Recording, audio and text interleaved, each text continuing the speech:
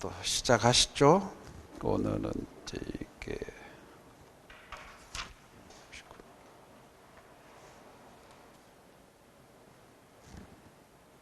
70페이지입니다. 대리. 자, 그래서 이제 대리라는 거는 이처럼 대리인이 본인 이름으로 이게 현명이라 그랬죠. 본인 이름 이게 현명입니다. 현명. 현명이라는 것은 본인을 위한다는 뜻을 표시하는 거다. 그런데 본인을 위한다는 뜻이 뭐냐? 본인을 위한다는 것은 본인에게 이익이 되게끔 하라, 그런 얘기가 아닙니다. 본인에게 이익이 되든 불이익이 되든 건 상관없어요. 본인을 위한다는 것은 본인에게 귀속시키려는 뜻을 표시하는 거다. 본인을 위한다는 것은 본인에게 효과 귀속, 본인에게 효과 귀속을 뜻한다는 얘기죠. 본인에게 효과 귀속이라는 거. 효과. 여기서 본인에게 귀속한다는 걸 했죠. 본인에게 효과 귀속한다는 것을 표시하는 게 현명이다. 그 다음에 법률행위입니다. 법률행위를 하거나, 그러니까 의사표시나 법률행위가 대리가 적용되는 거지, 만약에 불법행위다, 법률행위가 아닙니다. 그럼 대리가 허용되지 않아요. 신분행위다, 법률행위지만 신분행위다, 혼인을 한다, 뭐 네가 결정해, 내가 데리고 살게, 이건 안 되죠. 신분행위, 법률행위면 안 됩니다. 그리고 사실행위다, 사실행위, 이런 것들은 법률행위가 아닌 것들은 대리가 허용되지 않죠. 그 다음에 한다는 것은 능동입니다. 능동대리. 능동대리에서는 현명을 본인이 해야 되겠죠. 아니, 대리인이 해야 되겠죠. 죄송합니다.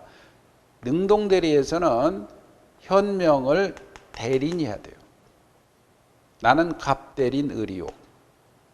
근데 수령한다라고 해서 수동대리입니다.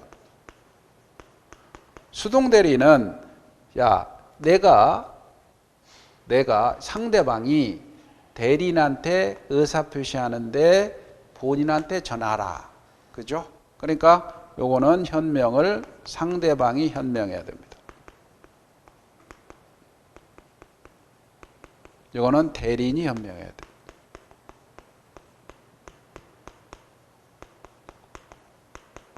이렇게 수령하고.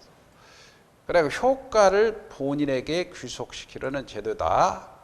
그래서 이렇게 지금 이 안에 능동대리, 대리권의 종류가 나오죠. 능동대리냐, 수동대리냐.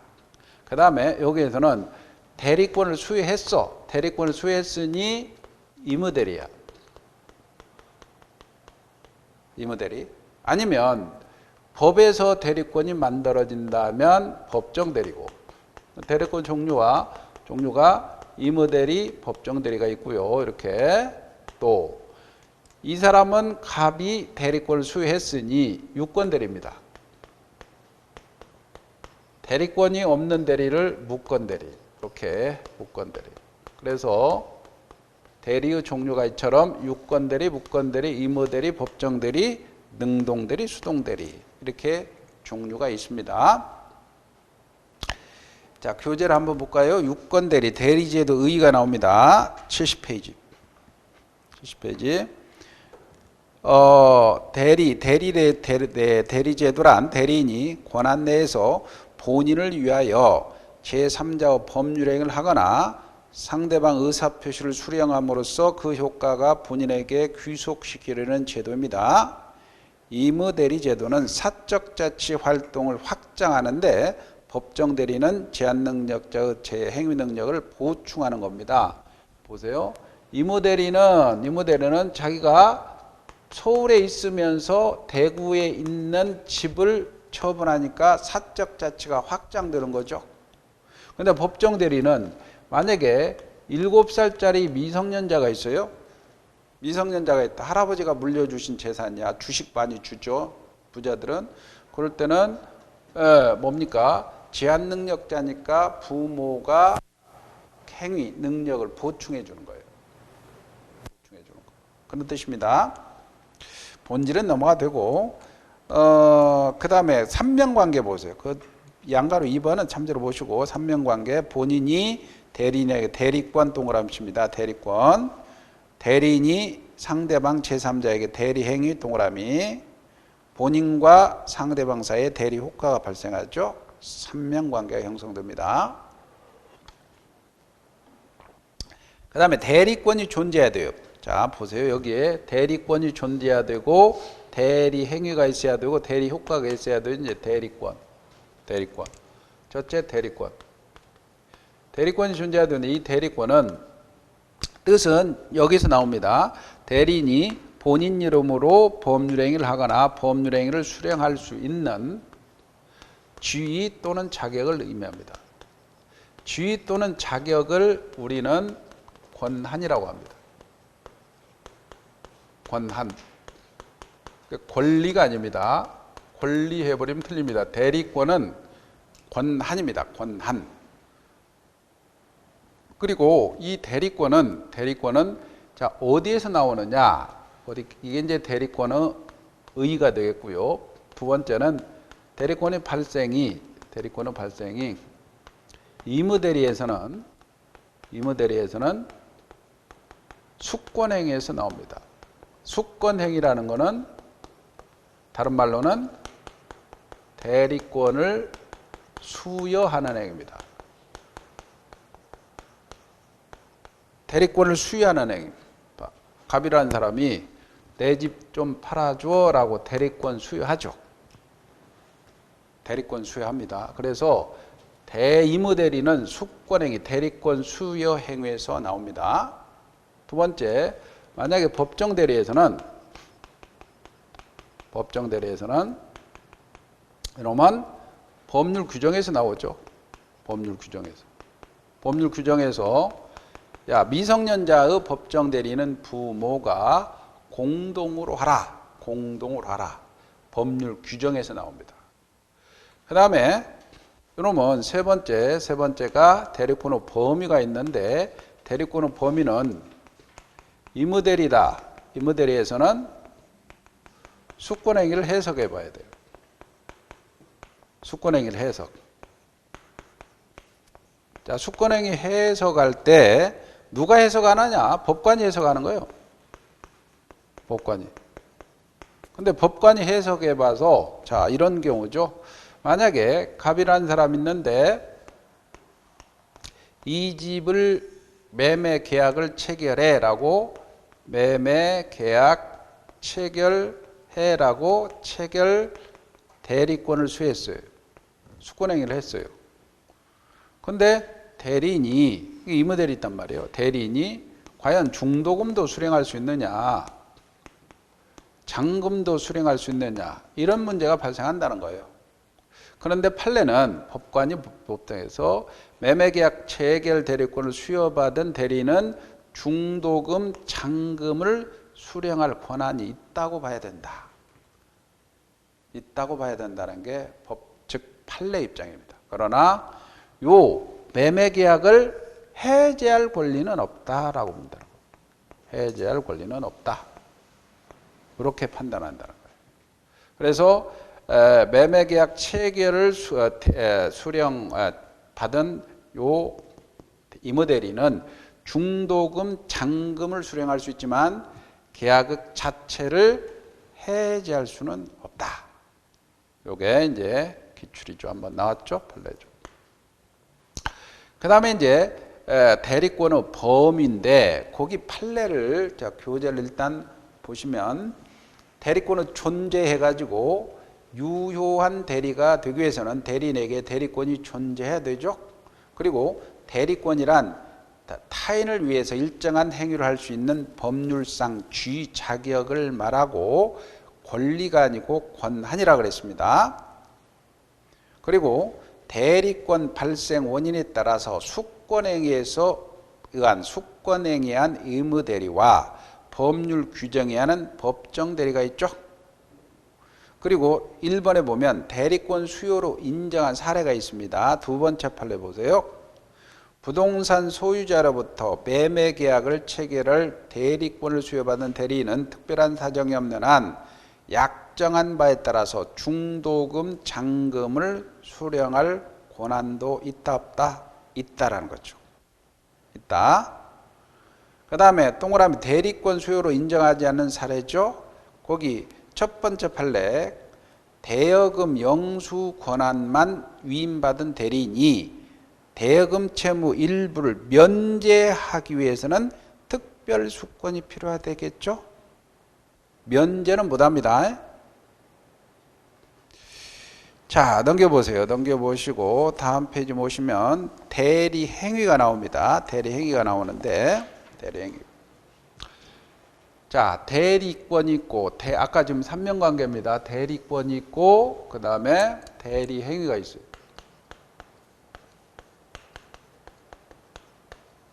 대리행위인데 대리행위는 첫째가 현명을 해야 돼요. 현명주의라 그래요. 이 현명이라는 아까 언뜻 했죠. 본인을 위한다는 뜻을 표시하는 겁니다. 본인을 위한다는 뜻을 표시다. 이 본인을 위한다는 것은 본인에게 효과 귀속을 뜻하는 거다. 본인에게 이익이 되든 불이익이 되든 이건 따지지 않아요. 본인에게 이익이 되든 불이익이 되든 이건 따지지 않아요.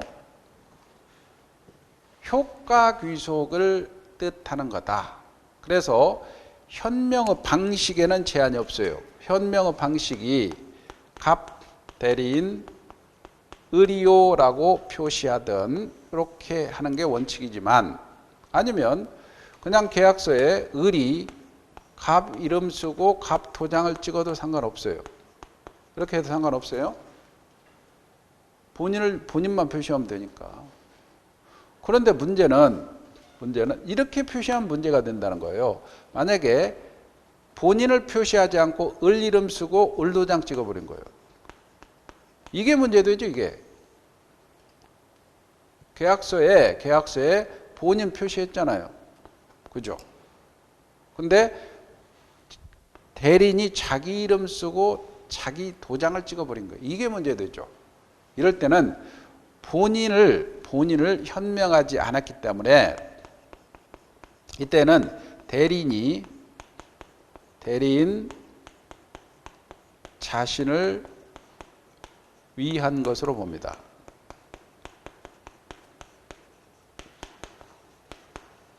이 본다는 문제인데 본다라는 게 조문이에요. 본다는 것은 이게 나중에 반대 증거를 대서 반대 증거 뒤집을 수 없어요. 그래서 시험 문제는 이거는 추정한다 그러면 틀립니다. 본다는 얘기는 궁극적으로 대리인이 책임을 지라는 얘기지. 그래서 이때 대리인이 야 나는 여기다가 갑 대리인 의리요라고 쓸 걸 요거를 착오로 잘못 기재했으니 요거를 취소하자 이렇게 주장할 수 없다는 거야. 갑대린 아이고 나이 먹으면 죽여야 돼. 나 갑대린 을이라고 표시할 걸 그냥 을 이름 쓰고 을도장 찍었으니 요거 잘못됐으니 착오로 취소하자라고 주장이 안 되는다는 거예요. 그게 본다는 의미입니다. 그러니까 궁극적으로 상대방이 너 책임지라 그러면 자기가 책임져야 돼요. 책임져야 돼요. 그래서 자 현명을 해야 되는데 본인이 현명하지 않고 본인을 현명하지 않았다면 대리인 자신을 위한 것으로 봅니다. 여기 시험 문제 나오고 추정한다 그럼 틀리고 그런데 계약서에 을 이름 쓰고 을 도장 찍었지만 상대방이 대리인, 갑의 대리인이라는 사실을 알았거나 알 수 있었어. 상대방이 알았거나 알 수 있었어. 그러면 대리효과는 발생하겠죠. 을이라는 사람은 재산 쥐뿔도 없고 갑의 옆에 있어서 갑이 시키는 일만 하는 사람이다라는 것을 상대방이 알았거나 알 수 있었다면은 대리 효과가 발생하겠죠?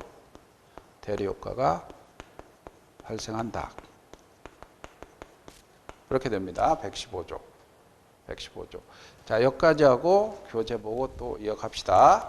대리행위 봅시다. 대리인은 본인 이름으로 현명해서 상대방에 대해 의사표시를 하거나 능동대리, 상대방 의사표시를 수령할 수 있죠. 수동대리입니다.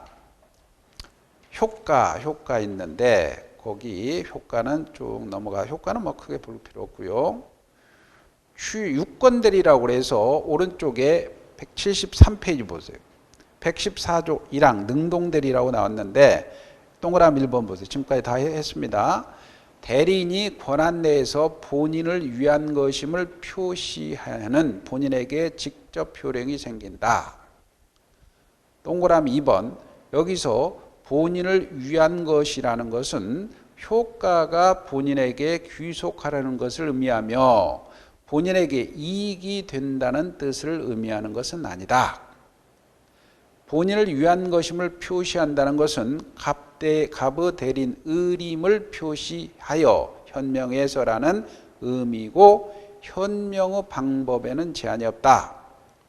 대리인이 현명하지 않았습니다. 현명하지 않았다면 대리인 자신을 위한 것으로 본다라 그랬죠? 본다. 동그라미. 추정한다. 그럼 틀립니다. 이때 대리인은 착오로 취소하지 못한다는 거다. 자, 동그라미 4번입니다. 직접 본인에게 대하여 효력이 생긴다는 것은 대리인이 법률 행위를 하지만 그 법률 행위로 인한 효과는 직접 본인에게 귀속한다는 것을 의미한다. 따라서 본인의 토지를 대리인이 상대방과 매매 계약을 체결했습니다. 소유권 이전 의무와 대금 지급 의무는 이라는 효과는 본인에게 귀속한다는 거죠. 자, 넘기세요. 수동대리 넘어가고 다음 페이지에 양가로 3번입니다. 똑같이 본인을 위한 것이 표시하지 아니한 경우라 그랬죠. 자, 조문은 밑에 보면 됩니다. 대리인이 본인을 위한 것임을 표시하지 아니한 때에는 의사표시는 대리인 자신을 위한 것으로 본다라 그랬죠. 그 본다는 또다시 착오를 이유로 취소하지 못한다 그랬죠. 그러나 상대방이 대리인으로 한 것임을 알았거나 알 수 있었을 때는 본인에게 효력이 생긴다는 얘기죠. 본인에게 효력이 생긴다. 자, 여기까지 했습니다. 그 다음에 이제 대리행위 하자가 나옵니다. 거기 4번에 대리행위, 여기에서 이제 대리행위 하자. 자, 이건 뭐냐면 갑이라는 사람이 있어요. 건물이 있어요. 근데 을이 있어요. 근데 상대방하고 이 집을 팔아라 라고 대리권을 수했어요. 대리권을 수했는데 팔아라. 매매해서 대리행위를 했어요. 대리행위를 했어요. 근데 이 대리인하고 사는 상대방 사이에 요 매매, 이 대리행위에 하자가 있는 거예요. 대리행위에 하자가 있는 거예요. 이 대리행위 우리 하자가 이게 비진이가 있고 통정이 있고 배웠던 착오가 있어. 이게 의사표시 흠결이라고 합니다. 조문에. 그 다음에 사기를 당했어. 강박을 냈어. 어떤 사실을 알았거나 알 수 있었어. 이런 경우가 있단 말이에요. 그래서 요 매매 계약하면서 이 매매 계약소에게 의사표시 흠결이나 사기나 강박이 있거나 어떤 사실을 알았거나 알 수 있음으로 인해서 영향을 받는 경우는 모든 게 행위를 한 대리인 기준으로 판단한다. 그러나 효과는 본인에게 귀속한다는 거예요. 본인에게 귀속한다는 거예요. 가령 사기를 이렇게 예를 들어 봅시다. 사기를 대리인이 당한 거야. 사기를 당한 거야. 그러면 사기를 당했느냐 여부는 대리인 기준으로 판단하죠. 그러나 사기로 인해서 취소할 수 있죠. 그 취소권은 본인에게 귀속한다는 거예요. 행위를 한 대리인 기준으로 판단합니다. 비진이에서 비진이 알았거나 알 수 있는 경우, 통정을 했느냐, 착오가 있었느냐, 다 대리인 기준입니다. 근데 효과는 본인한테 귀속. 비진이에서 알았거나 알 수 있었다. 무효는 본인이 주장, 통정 무효 본인 주장, 착오도 본인이 취소할 수 있죠. 사기 강박을 당했어요. 사기 강박을 당했어. 사기 강박을 당했느냐 여부는 대리인 기준이요. 근데 취소는 본인한테 귀속한다는 거죠. 본인한테 귀속한다. 이게 이제 116조 1항입니다. 116조 1항. 116조 1항. 근데 여기서 이제 판례 하나가 뭐냐면, 만약에 116조 1항은 대리인이 사기를 당하는 경우단 말이에요. 대리인이 사기를 당하는 경우요. 근데 이게 대리인 사기를 당했느냐면 대리인 기준인데, 역으로 대리인이 나쁜 놈이야. 대리인 사기를 쳐. 일 수도 있죠. 대리인이 사기를 치는 경우는 어떻게 되느냐. 이건 조문에 안 나와. 이게 판례가 나오는 거예요. 판례가 나오면서 시험 문제가 잘 나와. 대리인이 사기를 당하는 경우는 규정이 있어요. 근데 대리인이 사기를 치는 경우는 규정이 없어. 이게 판례가 나오는 거예요. 그럼 잘 봅시다. 우리가 대리인이 사기를 친다면 사기 당한 사람은 누구죠? 대리인이 사기를 친다면 사기 당한 사람이 상대방이죠. 그럼 우리가 저번에 사기나 사기 강박의 경우 110조 1항에서는 상대방이 사기를 직접 친 경우고, 110조 2항에서는 제3자가 사기 친 경우, 그죠? 이때는 상대방이 알았거나 알 수 있었어야 취소할 수 있죠? 그죠? 그러면 보세요. 대리인이 사기를 쳤으니 사기 당한 사람이 상대방이죠? 상대방이 취소해야 되죠? 상대방이 취소할 때 확실해 가려면 본인한테 취소해 버리겠죠? 그죠? 근데 본인이 사기친 건 아니지.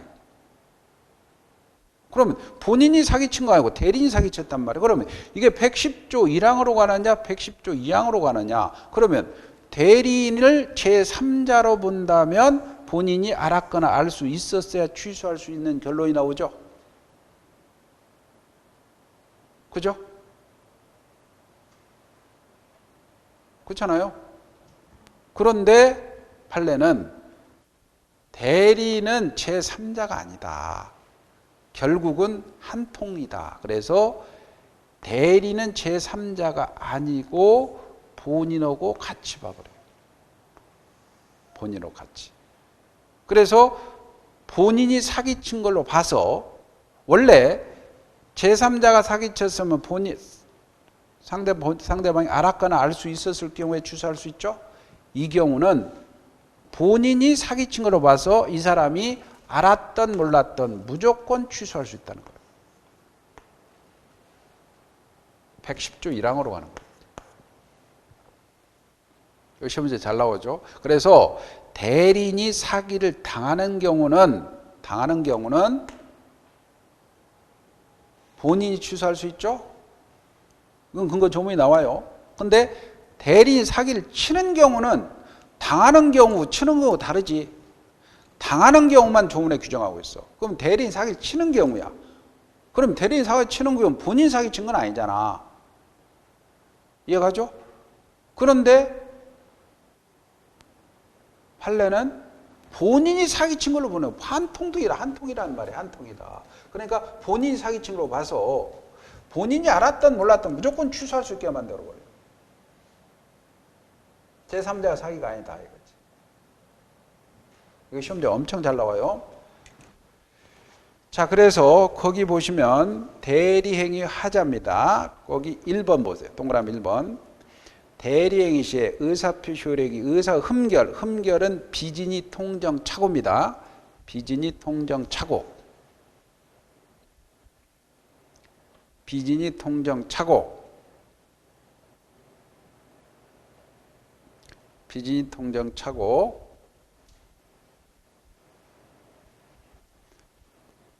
자, 사기 강박 어느 사정을 알았거나 과실로 알지 못하는 경우에 인하여 영향을 받는 경우 사실 유무는 대리인 표준으로 결정합니다.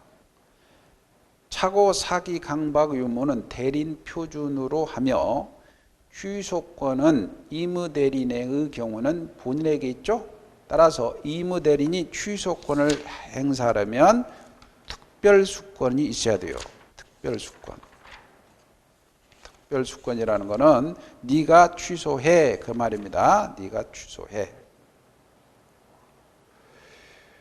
그래서 그거 2번은 지금은 담보책임까지 있으니까 담보책임이 있으니까 그거는 나중에 하고 앞쪽으로 이제 잠시 넘어갑시다. 63페이지로 들어가 보세요. 63페이지 앞쪽으로. 63페이지. 63페이지에 맨 밑에 양가로 2번 별표 치고 넘어가라 그랬죠? 예? 예. 양가로 2번 있죠? 가부 대리인 의리. 가부 대리인 의리. 의리 매도인 병에게 사기 강박을 했습니다. 그럴 때 대리인 의의 사기 강박에 대해서 본인의 선의 악이 불문하고 병은 취소할 수 있다 없다? 있다. 이거 이해가죠? 고개 들어보다가 요 사람이 대리인 사기를 쳐버렸어. 대리인 사기를 쳤어. 그때 상대방은 본인에게 본인이 알았던 몰랐던 무조건 취소할 수 있다.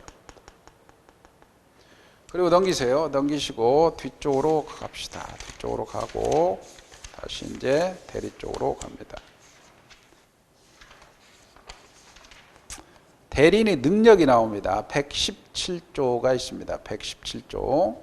거기는 대리인은 행위 능력자임을 요하지 않는다. 그 말은 이런 의미입니다. 요거는 간단하게 갑이라는 사람 있고 갑이라는 사람 있을 때 이게 자기 집이죠. 본인이죠. 본인인데 대리인 17살짜리 제한능력자인 미성년자에게 대리권을 수여했어요. 그리고 이 사람이 매매했어요. 대리행위를 했어요. 그런데 제한능력자의 법률행위를 취소할 수 있죠. 취소할 수 있잖아. 그러면 취소권은 다 본인에게 기소가잖아.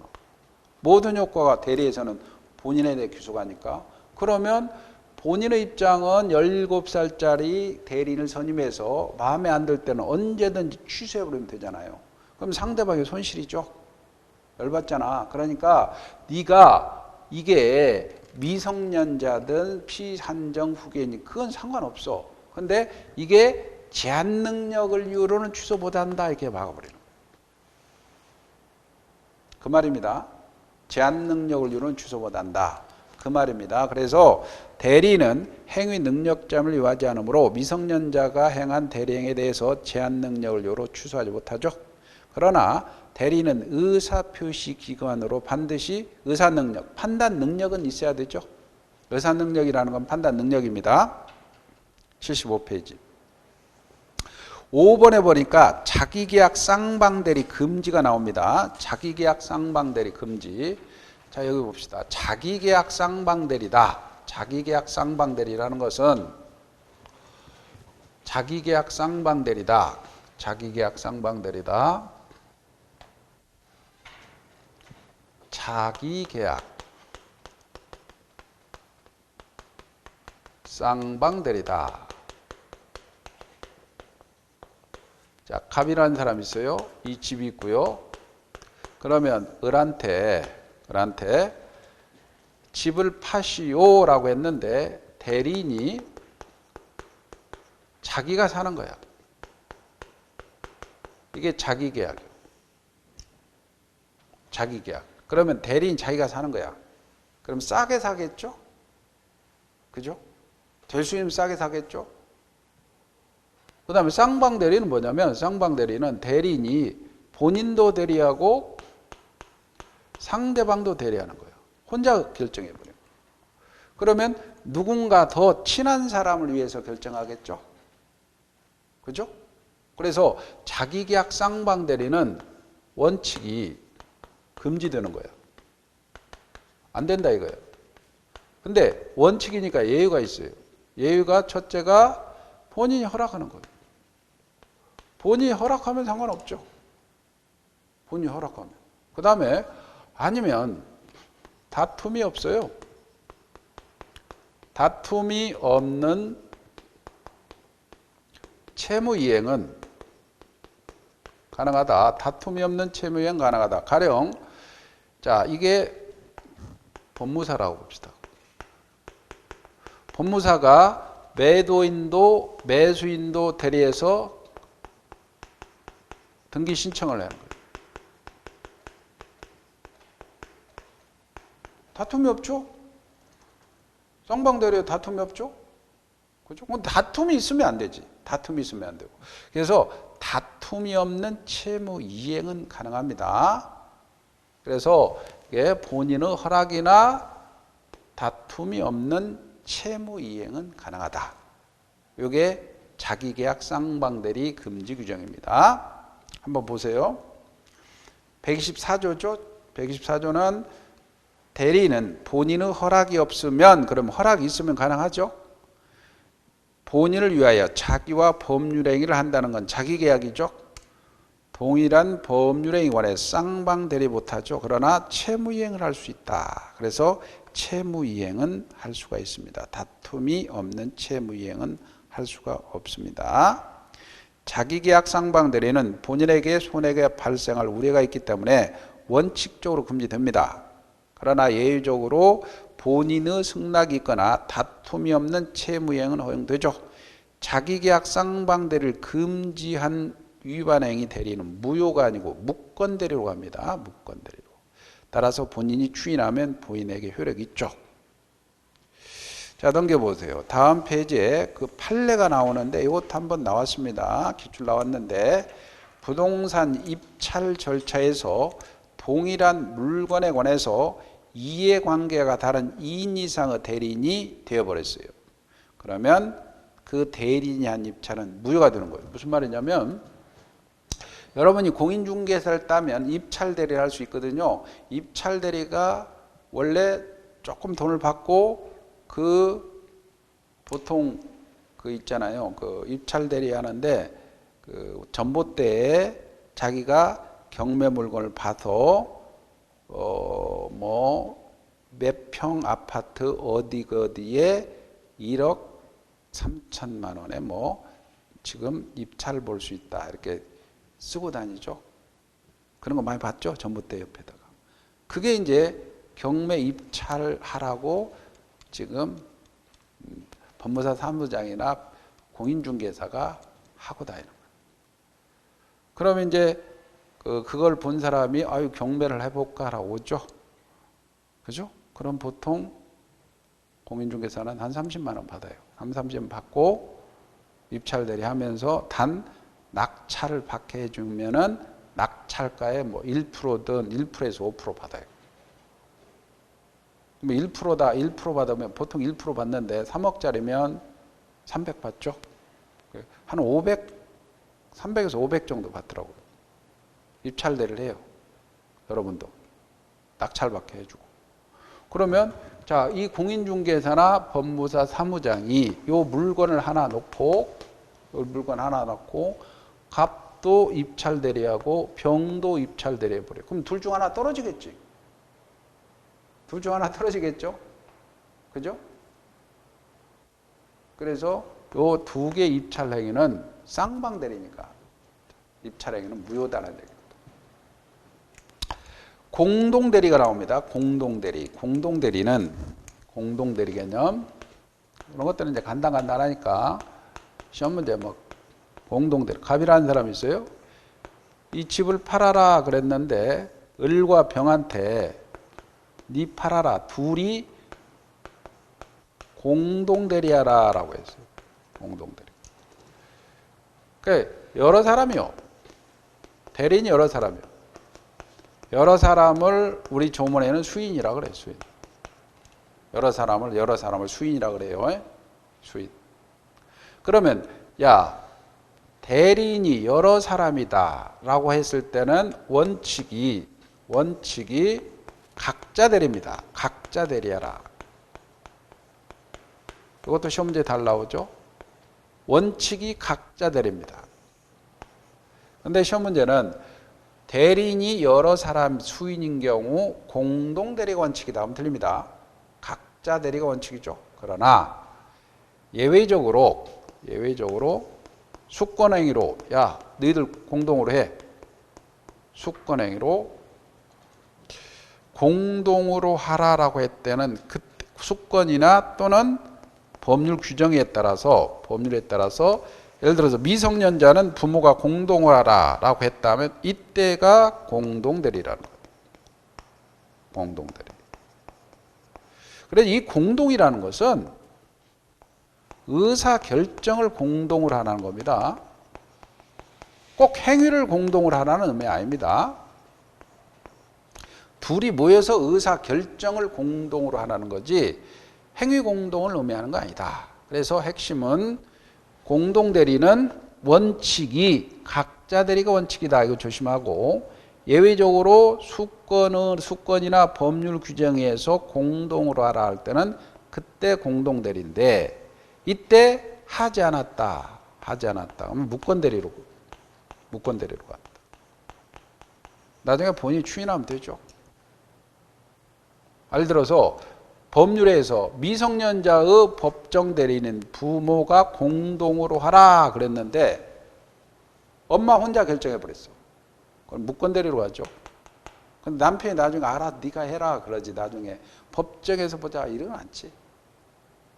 자, 교재 보세요. 거기 보면 119조인데 대리인이 수인이라는 게 여러 사람입니다. 각자 본인을 대리한다. 잘 나오죠? 각자 본인을 대리합니다. 그러나 법률 규정이나 수권행위에서 달리 정한 바가 있는 때는 그러하지 아니하다가 공동대리라는 얘기죠. 자, 공동대리란 대리인이 수인인 경우를 의미하며 대리의 방법은 각자가 본인을 대리하는 게 원칙이고 수권행위나 법률에 의해서 공동으로 하도록 한 경우는 공동대리입니다.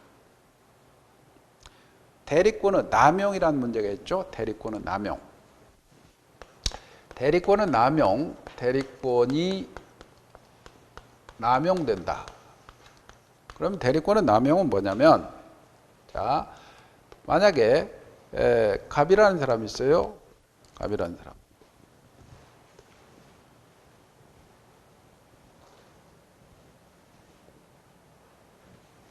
갑이라는 사람이 있는데 이 갑이라는 사람이 이게 원래 이 대리권 남용이 이게 옛날에 상업은행이야. 상업은행이 본인이야. 근데 성북구 해화동 지점이야. 지점에 입출금을 할 수 있는 직원이 있어요.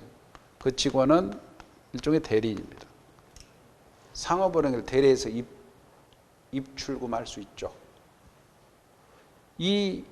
그래서 이 상업은행의 해화동 지점에 입출금할 수 있는 직원이 일종의 대리인입니다. 근데 이 사람이 소문을 퍼뜨려 가지고 나한테 입금을 하면 시중금리에 4배 내지 5배 주겠다라고 합니다. 그래서 이 사람들이 우르르 해서 자, 입금을 하죠. 그게 80년대 초반, 70년대 중반이니까 그래서 이 사람이 통장을 2개를 만들어요. 그래서 수기식 통장. 그래서 그 돈을 빼돌려요. 그래서 명성그룹으로 갑니다. 병한테. 이렇게 해서 명성그룹이 사업을 확장하는 거죠. 근데 이 나중에 들통나죠. 들통나니까 자 구속 다 됐죠. 그러니까 요 입금한 요 예금자가 돈을 내놓으세요. 이 사람들은 뭐 1억을 시켰다 합시다. 그러니까 이쪽에서 소송이 못 준다라고 소송이 붙은 거예요. 여기서는 대리권 남용 문제도 있어요. 대리권 남용은 대리인이 대리권 범위 내에서 했어요. 범위 내에서 했는데 이때 본인의 이익이 되든 불이익이 되든 상관없다 그랬죠. 아까 본인의 이익이 되든 불이익이 되든 상관이 없는데 만약에 본인에게 불이익이 되게끔 했고 그리고 제3자를 위하거나 대리인 자신을 위해서 일해버린 거야. 그럴 때 남용이 되는 거예요. 그러면 자 대리인이 입출금하는 것은 대리권의 범위 내죠. 근데 제3자 명성그룹을 위하거나 대리인 자신을 위해서 불이익을 도모했죠. 그게 대리권 남용이야. 그 대리권 남용은 우리가 107조 비진위에 관한 판례입니다. 판례가 비진위 표시에 관해서 107조 단서를 유추 적용해서 원칙적으로 입금한 건 유효하다. 그런데 너희들이 입금할 시에 정상적으로 입금 내면의 5배라고 준다는 건 극히 이례적이다. 극히 이례적이고 그것을 대리인이 뭔가를 남용하고 있다는 것을 너희들은 알았거나 알 수 있었다고 봐야 된다.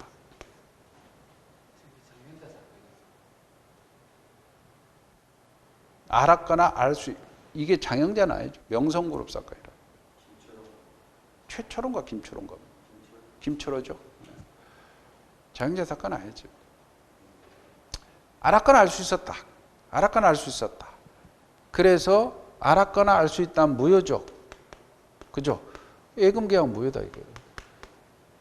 못 준다 그래서 상업은행이 승소한 사건이죠. 근데 우리 시험에서는 어떻게 나오느냐?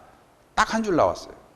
자, 대리권 남용 시 우리 판례는 비진위 표시에 관한 규정, 즉 107조 단서를 유추 적용할 수 없다. 그럼 틀리죠? 유추한다는 거는 뭐냐면 조문이 없는데 똑같은 조문이 없는데 비슷한 조문을 갖다 쓰는 게 유추죠. 시험 문제. 대리권 남용 보세요. 대리권 남용은 대리권의 권한 내입니다. 내 동그라미 치세요. 권한 내에서 해야 돼요. 권한을 벗어났어. 권한 의다면 좀 이따 배우는 126조 표현대리로 갑니다.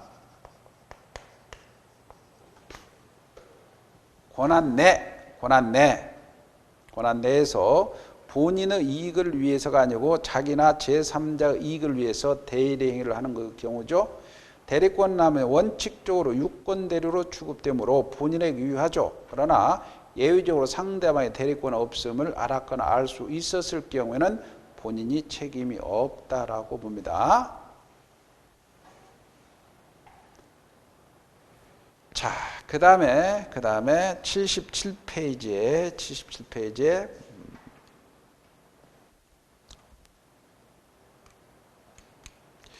좀 쉬었다 할까요? 1시간 벌써 끝났네.